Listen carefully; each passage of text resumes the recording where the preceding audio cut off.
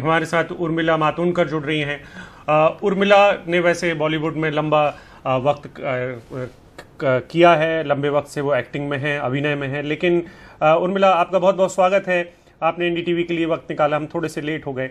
लेकिन पिछले कुछ दिनों में बॉलीवुड में ऐसा लगता है कि एक इमेज बनी है कि बॉलीवुड नशेड़ियों का अड्डा है, और कुछ लोग इस बात को जोर शोर से उठा भी रहे हैं। तो आप लोग मेहनत कम करते हैं और नशा ज़्यादा करते हैं, ऐसा कुछ इमेज बन रही है। बड़ी विनम्रता से मैं लोगों का ध्यान एक दो मुद्दों पर लाना चाहती हूँ, सीधा मुद्दे पे आते हुए कि बॉलीवुड अगर इतनी नशेड़ियों की इंडस्ट्री है तो हमारे देश के सबसे बड़ी इंडस्ट्रीज में से एक कैसी रह पाई है, टिक पाई है, हो पाई है। बॉलीवुड में मुझे लगता है स्वतंत्रता के बाद जिस पैमाने पर जिस जुनून से, जिस पैशन से बड़े बड़े फिल्म मेकर्स ने फिल्में बनाई, इस देश को इकट्ठा लाने का, उसे खूबसूरती से पेश करने के काम किए हैं। भले ही वो द ग्रेट राज कपूर होने दीजिए, दिलीप कुमार साहब हो, मनोज कुमार जी होने दीजिए, उन्होंने इतनी शानदार फिल्में देश प्रेम पे, देश पे बनाई हैं। वो क्या कर रहे थे, तब से आज तक हम क्या कर रहे थे। और ये इंडस्ट्री आज सिर्फ हमारे देश की नहीं, लेकिन पूरे विश्व भर में एक बहुत बड़ी फिल्म इंडस्ट्री के नाम पर जानी जाती है। तो कुछ भयानक सी चीज होगी कि इतनी बड़ी नशेड़ी इंडस्ट्री इस मकाम पर पहुंची है। और हाथ जोड़ के मैं एक और भी याद दिलाना चाहती हूँ लोगों को कि हमारे देश के माननीय पंत प्रधान जो है हमारे श्री नरेंद्र मोदी जी, इन्होंने अभी कुछ महीनों पहले पिछले बरस इसी नशेड़ी इंडस्ट्री को बुलाया था न्योता देकर, और उसमें से कई दिग्गज नाम माननीय मोदी जी को मिले थे। और मोदी जी ने उनसे एक तरह का साथ चाहा था महात्मा गांधी जी के ख्यालों को, विचारों तक, सोसाइटी तक, लोगों तक पहुंचाने में। मुझे लगता है मोदी जी जो अपने आप में इतना बड़ा नाम है भारतीय संस्कृति को, विचारों को आज विश्व भर में लेकर जाने के, मुझे नहीं लगता वो ऐसे नशेड़ी इंडस्ट्री का सहारा या साथ देना पसंद कभी भी कतई करते। और तो मुझे ऐसे लगता है अपने आप में ये जो बयान है बहुत ही बेतुका सा और बेसलेस जिसको कहते हैं, ऐसा लगता है। ऐसा लगता है नहीं, लेकिन है। बिल्कुल एक एस्टेब्लिश अभिनेत्री हैं कंगना रनौत, उन्होंने थोड़ी देर पहले ट्वीट किया है, और उनका ट्वीट जो है वो हालांकि मुझे बड़ा अभद्र लगता है, लेकिन कुंठित पुरुषों और कंगना रनौत की जो बातें हैं वो तकरीबन एक जैसी हैं उर्मिला, कि उनका कहना है कि हीरो के साथ सोने के बाद 2 मिनट का रोल मिल जाता है। तो ये तमाम चीज़ें जो कुंठित पुरुष गली कूचों में या सड़क पर बात करते हैं, ठीक वही बात कंगना रनौत से आई है। लेकिन वो चूंकि इंडस्ट्री की हैं और उनको एक मुकाम हासिल है, इसकी वजह से मैं आपसे ये सवाल कर रहा हूँ। मुझे लगता है उन्होंने कई चीजों पे इस तरह की टिप्पणियां की है जिसे अभद्र ही कहा जा सकता है, अशोभनीय कहा जा सकता है, निंदनीय कहा जा सकता है। उसमें मुंबई पुलिस, मुंबई, महाराष्ट्र और अर्थात बॉलीवुड, और बॉलीवुड के कई सीनियर कलीग्स हमारी जो है, जैसे माननीय श्री जया बच्चन जी है, जिन्होंने आज जिस फेमिनिज्म की और फेमिनिस्ट फिल्मों की बात कंगना कर रही हैं, उनके जन्म से पहले जया जी ने गुड्डी, मिली, अभिमान जैसी फिल्में की, जिसमें काफी सारी फिल्में उनके, जिसको टाइटल रोल कहते हैं हम, उसमें जया जी दिखाई दी हैं। वो हमेशा औरतों के लिए और समाज के लोगों के लिए आवाज उठाती रही हैं। और आज भी उन्होंने अगर इस इंडस्ट्री का एक हिस्सा होते हुए अगर अपने आप को अपमानित महसूस किया है और उसके ऊपर अगर उन्होंने आवाज उठाया है तो बहुत सही बात की है। लेकिन मैं हाथ जोड़कर एक सवाल पूछना चाहती हूँ कंगना जी से कि क्या उन्होंने किसी भी तरह की व्यक्तिगत टिप्पणी कंगना के ऊपर की है? किसी भी तरह का व्यक्तिगत कोई भी आरोप या गंदी चीज उनके ऊपर की है जो कंगना ने लगातार उनके ऊपर भी, उनको भी नहीं छोड़ा है? मुझे लगता है हमारी जो भारतीय संस्कृति और सभ्यता है उसमें हमें इस तरह से बड़ा नहीं किया जाता कि ये बताकर कि आपके इंडस्ट्री के जो सीनियर लोग हैं उन्हें आप इस तरह नीचे घसीटो, कीचड़ में लाओ, आप उनके बेटे बेटियों के ऊपर इस तरह के ट्वीट करो कि आपका बेटा अगर हैंग करता हुआ नजर आए, या इस तरह के अभद्र भाषा का। मुझे लगता है जिस जगह से मैं आई हूँ, जिस घर से मैं आई हूँ, और जिस देश और प्रदेश से हम सब हैं, उसकी सभ्यता और संस्कृति इसकी इजाजत नहीं देता। और मुझे लगता है अपने आप में भारत के लोग भी ये समझेंगे और इस चीजों की सच्चाइयों तक जरूर पहुंचेंगे। लेकिन उर्मिला, मेरा एक कटु सवाल है, वो ये कि जया बच्चन बोल रही हैं, हेमा मालिनी बोल रही हैं, उर्मिला मातोंडकर बोल रही हैं, क्योंकि उनको लगता है कि जिस इंडस्ट्री में वो काम करती हैं उसका अपमान हो रहा है, उसकी एक इमेज बनाई जा रही है। लेकिन बॉलीवुड के पुरुष कहाँ हैं, वो हीरो कहाँ हैं जिन लोग जो आपके सह कलाकार के तौर पर काम करते हैं, जो बहुत बड़े नाम हैं, वो तो गायब हो गए हैं। आप लोग खुद डिफेंड करने के लिए बस आई हैं। मुझे आज इस वक्त पे 10 या 15 ऐसी बड़ी बड़ी चीजें मैं आपको बता सकती हूँ जो इस देश में हो रही है और जिसके ऊपर बड़े बड़े दिग्गज लोग भी आवाज नहीं उठा रहे हैं। तो बॉलीवुड को इस समय क्यों टारगेट किया जा रहा है? सही है आप जो कह रहे हैं, और इसलिए मुझे मेरे कॉन्शियस ने, जिसे हम मराठी में सत्सद विवेक बुद्धि कहते हैं, जो सही गलत की पहचान की बुद्धि होती है इंसान की, उसके ऊपर कहीं ना कहीं सवाल या निशान खड़ा हुआ। तो आज मैं यहाँ पर आई हूँ किसी भी पार्टी के तौर से नहीं। मुझे लगता है सारी पार्टी अपने आप में उनके प्रवक्ताओं के जरिए काफी they are quite capable of talking for themselves. लेकिन यहाँ पे सवाल ये उठता है कि जिन लोगों की आप बात कर रहे हैं, उनकी जिंदगियां, उनके करियर्स, उनकी फिल्में जिन पे करोड़ों रुपए लगे होते हैं, जिनके ऊपर हजारों लोगों की मेहनत और सपने लगे हुए होते हैं, तो उन सबकी जिंदगियों के साथ कहीं खिलवाड़ ना हो जाए, इस कहीं ना कहीं डर से वो पीछे हटे हुए हैं और वो बात नहीं कर रही हैं। वरना कौन इंसान ये चाहेगा कि आप कुछ चंद लोगों से आपकी पर्सनल दुश्मनी के चलते पूरे इंडस्ट्री को इस तरह बदनाम कर रहे हो। अच्छा, दूसरी बात, अगर इनके पास वाकई ऐसी कोई जानकारी है तो मैं जरूर कहूंगी कि ऐसे लोगों को बुलाया जाए, उनकी जांच की जाए और उनके ऊपर सख्त से सख्त कार्रवाई करनी चाहिए।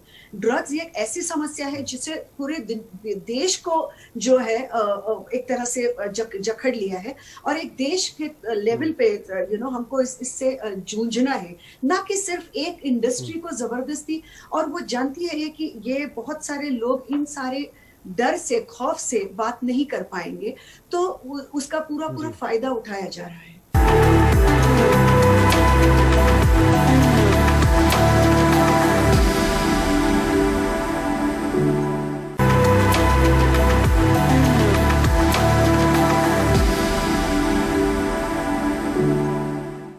उर्मिला, आपको लगता है कि कंगना जो है वो ड्रग कंट्रोल का अगर उनको काम करना है तो उन्हें कहाँ जाना चाहिए? उनको मुंबई तो पीओके लगता है, ऐसा उन्होंने कहा भी है। मुझे बहुत ही खुशी है और बहुत आनंद है कि बावजूद उसके अपनी जान हथेली पर लेकर वो बंबई आई। उन्हें केंद्र सरकार से करदाताओं के पैसों पर जो Y+ सिक्योरिटी दी जाती है वो दी गई, और इसके बावजूद जिस वजह से उन्होंने वो सिक्योरिटी मांगी थी उसके ऊपर उन्होंने कोई कदम नहीं उठाए। इसके ऊपर मैं लोगों का ध्यान आकर्षित करना चाहती हूँ, लाना चाहती हूँ कि इनके पास जो भी जानकारी इन सारे लोगों के बारे में है, नशेड़ी बॉलीवुड इंडस्ट्री के बारे में है, उसके बारे में उन्होंने क्या नारकोटिक्स डिपार्टमेंट से कोई मुलाकात की, इसके बारे में मुझे तो जानकारी नहीं आई। जब वो राज्यपाल जी से मिलने गई, क्या आपको नहीं लगता कि वो तो चलो उन्होंने किया से अच्छा किया, क्योंकि जो उनके ऑफिस के साथ हुआ या एक आध शब्द जो उनके ऊपर गलत कहा गया वो गलत था, जिसके लिए मैं कभी भी कोई भी चीज सही थी या ऐसे कहने में नहीं जाऊंगी। लेकिन ऐसे कई सारी चीजें वो कई सारे लोगों पे, एक पूरी संस्कृति पे, महाराष्ट्र जैसे प्रदेश पर बोल चुकी हैं और ऐसी बहुत टिप्पणियां कर चुकी हैं। फिर भी जो उनके साथ हुआ वो गलत था। राज्यपाल जी से मिलने के बदले में मुझे एक लगता है कि आपको नहीं लगता कि उन्होंने नारकोटिक्स डिपार्टमेंट से मिलकर ये सारी जानकारी उन्हें देनी चाहिए थी, जो कि टेक्निकली वो हिमाचल में बैठकर भी दे सकती थी। तो मुझे लगता है इन सारे सवालों के जवाब देने का उनको अभी वक्त आ गया है। जी, लेकिन क्या आपको लगता है कि कंगना रनौत अपनी निजी खुन्नस किसी एक सरकार की बैकिंग के साथ निकाल रही हैं? देखिए, मैं एक बात स्पष्ट करना चाहती हूँ, मैं किसी भी पक्ष के खिलाफ या किसी भी व्यक्ति के खिलाफ बातें करने यहाँ नहीं आई हूँ। किसी के खिलाफ बातें करने के बदले में मैं भारत की साथ की बात कर रही हूँ, मैं महाराष्ट्र के साथ। महाराष्ट्र आज इतने कठिन समय से गुजर रहा है, पूरा देश इतने कठिन समय से गुजर रहा है। आज 5 मिलियन पे हमारा कोविड का नंबर चला गया है, कोविड के जो पेशेंट्स है उसका, उसमें के कुछ जो लास्ट मिलियंस है वो सिर्फ पिछले 11 दिनों में बाधित हुए लोग हैं। तो ये सारी चीजों के ऊपर कोई बात ही नहीं कर रहे हैं। कहीं ना कहीं इन सारी चीजों पे जो बातें हुए जा रही है, तो सबको सोचना चाहिए। और मुझे लगता है भारत की जनता इतना ज्ञान तो जरूर रखती है कि इन चीजों से उठकर आगे जाकर देखे कि ये हो क्या रहा है दरअसल, क्या वाकई इस सब में ऐसी कोई दूसरी ही बड़ी साजिश है जिसकी छोटी चीज ये फ्रंट पे चल रही है। इस तरह की कोई भी टिप्पणियां मैं करना जरूरी नहीं समझती, लेकिन मैं लोगों को चाहती हूँ कि वो अपने तरफ से विचार करें, इस पर सोचे जरूर। एक ऐसा वक्त आया है कि भारत के लोग आज ऐसे समझकर नहीं बैठ सकते कि मुझे नहीं पता करना है कि क्या हो रहा है देश में। हमें पता करना पड़ेगा, क्योंकि हम जिस तरह आज जा रहे हैं, जिस तरफ जा रहे हैं, जिस तरह हमारी जीडीपी जा रही है, इकोनॉमी जा रही है, अनएम्प्लॉयमेंट है, माइग्रेंट्स की डेथ्स हो चुकी है जिनका कोई दब्बर लोगों के सरकार के पास नहीं है, इन सारी चीजों पे बातें होनी चाहिए। उसके ऊपर किसानों के आंदोलन के ऊपर कोई बात नहीं करता। और क्यों ये सारी चीजें सिर्फ एक व्यक्ति को पकड़कर कहीं लोगों का ध्यान तो नहीं हटाया जा रहा है? इंडो चाइना की बातें क्यों नहीं कोई दिखा रहे हैं? वही सवाल पूछना चाहता था कि क्या आप लोग यानी कि बॉलीवुड के लोग बहुत इजी टारगेट हैं, एक खिलौना है, सॉफ्ट टारगेट हमेशा रहते हैं, और एक किस्म का खिलौना है कि अगर हमको हेडलाइन बदलनी है तो हम किसी अभिनेत्री को या किसी अभिनेता को ले आएं और उनसे ऐसी कोई बात करा दें जिससे जनता का ध्यान भटक जाए, पूरी तरह से ध्यान भटक जाए। क्योंकि मैंने आज एनडीटीवी की आप ही के साइट पे सुबह ट्विटर पर देखा था कि किसी भी तरह का एविडेंस ड्रग्स से बॉलीवुड को कनेक्ट करते हुए नहीं पाया गया है, ऐसा पार्लियामेंट में कहा गया है होम मिनिस्ट्री की तरफ से। ऐसा मैंने आज सुबह एनडीटीवी की साइट पर ट्विटर पे देखा था। ज्यादा डिटेल में मैं सच कह रही हूँ, मैं नहीं पढ़ पाई, लेकिन ये मैंने आज सुबह में पढ़ा था। तो क्या फिर हाथ जोड़कर माफी मांगेंगे वो सारे लोग, ना ही सिर्फ कंगना, जिन्होंने ऐसे दावे किए हैं और फिल्म इंडस्ट्री को बदनाम किया है? और मैं एक बार फिर कहती हूँ कि ऐसे अगर कोई लोग फिल्म इंडस्ट्री में हैं तो उनको जरूर कॉल आउट करना चाहिए, उनकी जांच पड़ताल होनी चाहिए और ऐसी चीजों को पूरी तरह से जो है बॉलीवुड से ही नहीं हमारे देश से नष्ट करने में हम और आप एक साथ खड़े रहने चाहिए। लेकिन पहले इसकी जांच पड़ताल तो करवाएं, जो लोग करने चाहिए वो। और कंगना जैसे लोग जो इतने बहादुर आज बनकर इतनी बड़े सपोर्ट कर रहे हैं, वो बाहर आकर खुलकर बात तो करें। जी, जया जी ने कहा है कि लोग जिस थाली में खाते हैं उस थाली में छेद करते हैं। नहीं, मुझे लगता है कि कहीं ना कहीं यही बात हुई। आज जब मैं एक मराठी मिडिल क्लास बैकग्राउंड की लड़की, मैंने भी काफी नेपोटिज्म शुरुआत के दिनों में सफर किया, फेस किया, आज तक करती हूँ। आज मेरी पिक्चर को 25 बरस हो गए रंगीला को, लेकिन फिर भी मेरे लिए उस पिक्चर की जब बातें होती है बहुत ही तारीफ के कम शब्द बोले जाते हैं। मेरे बहुत बेहतरीन क्या कहते हैं परफॉर्मेंस के बावजूद मुझे भी कई अवार्ड से दूर रखा गया। आज मैं जो कुछ भी हूँ इस इंडस्ट्री की वजह से, इसमें मुझे बहुत बेहतरीन लोग मिले, बहुत बेहतरीन साथ भी मिला लोगों का। तो ये सारी चीजें आप एक सेकंड में भूल कर, और इतने बड़े आपके सफर में क्या आपको कोई अच्छे लोग नहीं मिले? ये सारे सवाल तो आएंगे ना, और वो पूछे जाएंगे। कंगना एक बेहतरीन कलाकार है। मैं जब उनके बोला में जब देखी, मैंने उनकी बहुत तारीफ की थी। मैं उनको जब मिली एक फैशन शो में क्वीन के बाद, मैंने उनकी तारीफों के पुल बांधे। और ये सही है कि वो बहुत बेहतरीन कलाकार है। तो जिन्होंने उसे ये सारे मौके दिए, जब तक कि वो अपने आप के लिए वो मौके क्रिएट ना कर पाई, उन लोगों के लिए उनका कुछ तो फर्ज बनता है कि उन्हें थैंक यू, शुक्रिया नहीं तो कम से कम उन्हें कीचड़ में ना घसीटे। ये मेरी सभ्यता और मेरी अपब्रिंगिंग मुझे बताती है, बाकी सब उनके ऊपर है, वो क्या सोचती है। मेरा एक सवाल था जो निधि जी ने भेजा हुआ है, वो ये कि सितारों को लोग अपना रोल मॉडल भी मानते हैं, जैसे कि सुशांत को रोल मॉडल मानते हैं, जैसे कि आपको मानते हैं या कंगना को मानते हैं, बहुत सारे लोग अलग अलग लोगों को मानते हैं। तो आपके ऊपर विशेष निगाह इस वजह से होती है कि अगर आप थोड़ा से भी ड्रग में या कहीं पे भी शामिल होते हैं तो वो बहुत सारे लोग कॉपी करते हैं। बहुत सही बात कही उन्होंने, लेकिन ये बात क्या है, एक उंगली जब मैं आपके तरफ दिखा रही हूँ, 4 मेरी तरफ है, तो ये बात उनको अपने आप के लिए भी जहन में रखनी चाहिए।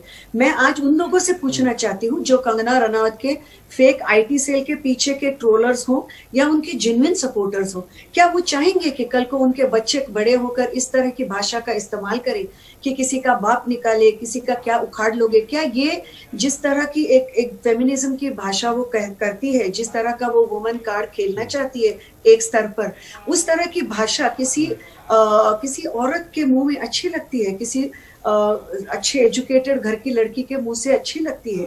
तो मैं ये सवाल आज उन लोगों से पूछना चाहती हूँ जो कि उसको अपना आइकॉन मानते हैं। तो मुझे लगता है जैसे सुशांत सिंह, जब उसकी ये खबर मुझे आई उसके गुजर जाने की, मुझे बेइंतहा दुख हुआ, क्योंकि सुशांत सिंह राजपूत, मैं चाहती हूँ कि आज इस देश की जनता उसे एक बेहतरीन रोल मॉडल जो वो था, एक बेहतरीन कलाकार जो वो था, एक छोटे से शहर से आकर इतना बड़ा अपने आप के लिए नाम उसने कमाया, एक बहुत बेहतरीन लोगों के सामने एक अपना नाम रखा, उस हिसाब से याद करें, ना कि इस हिसाब की कि उसकी मौत की इस तरह की भयानक तमाशा बनाकर रोज आज क्या वो ड्रग एडिक्ट था, क्या वो डिप्रेस सोल था, क्या वो ये था वो था करके लोगों के दिलो दिमाग से उसकी खूबसूरत यादों को कुचला ना जाए। उसकी गरिमा जो है, उसकी जो जिंदगी की खूबसूरती को आप और हमारे दिलों में हमेशा बरकरार रहे, इसके लिए, और उसका उनकी जो आत्मा है उसे क्या कहते हैं शांति मिले निरंतर, इसके लिए हमें कोशिश करनी चाहिए। कहीं इस सारे सर्कस में वो बेसिक चीज ही जस्टिस के नाम पे तो हमसे दूर नहीं हो रही है, ये हमें सोचना तो चाहिए। बहुत बहुत शुक्रिया उर्मिला।